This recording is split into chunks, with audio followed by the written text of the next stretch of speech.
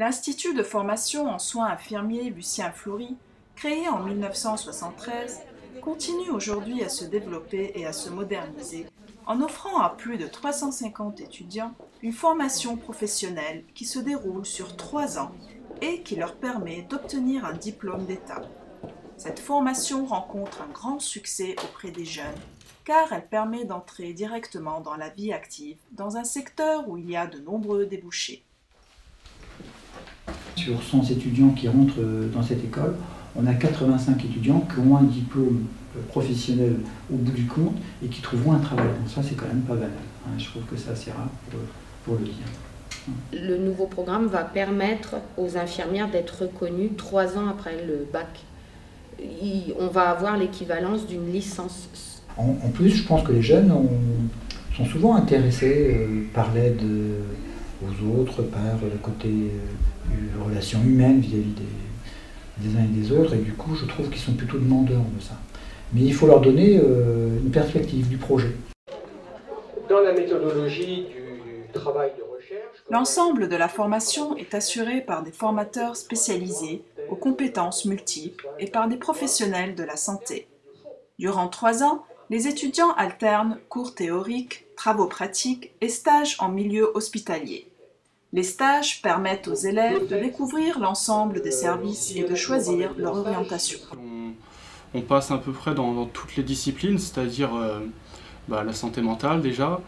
On fait de la santé publique, c'est-à-dire les lycées, les crèches et les collèges. Du court séjour, donc tout ce qui est médecine, chirurgie, en fait les services généraux, mais aussi les services de long séjour comme les maisons de retraite et les soins palliatifs. C'est rare tout de même d'avoir une formation professionnelle où tous les stages sont prévus à l'avance, parce que aucun étudiant n'est en recherche d'un stage, nous l'organisons en amont. Pendant les travaux pratiques, les élèves apprennent à effectuer les gestes techniques. Ici, la pose d'une sonde nasogastrique. Essayez de vous détendre un peu quand même. Donc j'y vais. Vous lui dites d'avaler. Ouais, parce que on se laisse pas faire, dis donc. En service, ils ne peuvent pas faire tomber la sonde ou se dire comment je fais. Ici, ils ont le droit de se dire ah bah non, je change de main, bah j'ai ma seringue. Donc c'est vraiment travailler tout ce qui est gestuel. Ça va, ça vous va? Ouais, c'est bien. On n'est pas leurs professeurs, quoi. On est vraiment... On est infirmière à la base et on est là pour leur donner notre savoir et surtout les accompagner. C'est qu'on ne rencontre pas que des étudiants qui sont issus du lycée uniquement, c'est que c'est très diversifié et du coup ça nous grandit quelque part et on en apprend autant qu'eux en apprennent. C'est le vécu, c'est l'expérience que les soignants ont pu vivre. Qui n'est pas forcément facile à expliquer avec des mots, ce qu'on a dans nos tripes, dans notre vécu, et c'est ce contact étudiant-formateur qui est surtout la grande richesse de la profession. Et alors, c'est clair qu'ici, on nous met beaucoup la pression, on nous donne énormément de travail, mais alors on est super soutenus, quoi. Enfin, je veux dire, voilà, nos formateurs sont là, on peut compter sur eux. Les gens qui ont des difficultés mais qui veulent y arriver, là je vais les pousser, ça c'est sûr. J'essaye moi maintenant en tant que formateur d'essayer d'être moteur dans ce sens. Vous allez faire un métier super beau, mais donnez-vous les moyens et soyez des bons et travaillez dans ce sens, quoi. On est souvent sur un travail d'équipe. Donc on doit aussi avoir des étudiants ou des jeunes infirmières qui ont cette propension à travailler collectivement et en équipe. Parce que du coup, ça permet aussi d'avoir une aide extérieure lorsqu'individuellement on est touché par des séquences difficiles à gérer. Tout au long de ces années de formation, l'équipe pédagogique est là pour soutenir et accompagner les élèves. La diversité du parcours des formateurs comme des étudiants enrichit leurs échanges et permet la transmission des compétences techniques, mais surtout des valeurs humaines pour écouter et accompagner les malades. On nous apprend à écouter, on nous apprend à entendre aussi, surtout, à entendre les besoins, les demandes. Et le patient, il a besoin qu'on le soigne parce qu'il a besoin qu'on le soulage quand il est douloureux, il a besoin qu'on le soigne, mais il a surtout besoin d'un réconfort, quoi, et ça va avec. Pour moi, c'est primordial.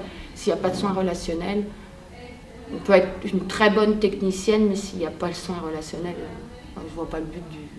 Enfin, le soin n'est pas complet, quoi.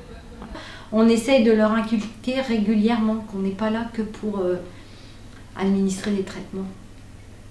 Enfin, moi, j'ai eu l'expérience où plein de fois les gens sont étonnés de voir qu'une infirmière ou une aide-soignante peut se mettre à pleurer face à un décès. Les gens pensent que du moment où on a une blouse blanche, on est blindé de plein de choses, ce qui est complètement faux. On nous dit d'éviter de nous attacher aux gens, ce qui n'est pas toujours facile. Enfin, je veux dire, quand on travaille dans des milieux comme les maisons de retraite, des lieux de vie où parfois on est la seule famille des gens qui sont là, c'est difficile. Maintenant, il faut savoir quand même garder une distance. Une fois par an, l'Institut ouvre ses portes pour permettre aux jeunes de découvrir l'école, ses équipements et le métier d'infirmier et d'aide-soignant. Les élèves de 2e et 3e année organisent la visite et des démonstrations de travaux pratiques.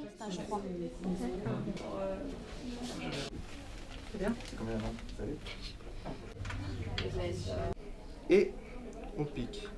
Donc superficiel, hein, on ne l'enfonce pas jusqu'à la garde, après ça peut faire des hématomes. Non, regarde, tire comme ça, regarde. Comme ça, tu vois. Voilà. Comme ça, t'enlèves. Les futurs élèves ont aussi l'occasion de visiter les locaux, la bibliothèque, la salle d'informatique et de travail, qui ont été modernisés. Ceux qui sont intéressés peuvent également retirer leur dossier d'inscription à l'accueil de l'Institut. Bonjour. Infirmière? Alors, c'était vraiment intéressant. Je ne m'attendais pas à ce qu'il y ait des démonstrations comme ça et ça m'a vraiment plu. Tu t'es inscrite, c'est bon, alors tu es partante? Oui, mais il faut que j'ai mon bac. La remise des diplômes permet aux diplômés et à leurs formateurs de se retrouver. C'est l'occasion de revenir sur 3 années de défis, d'échanges et d'émotions. Ce sont les futurs soignants sur lesquels on pourra compter. La relève est assurée. Dire du mal, c'est un métier formidable, quoi, je veux dire. On est vraiment préparé à la vie active après.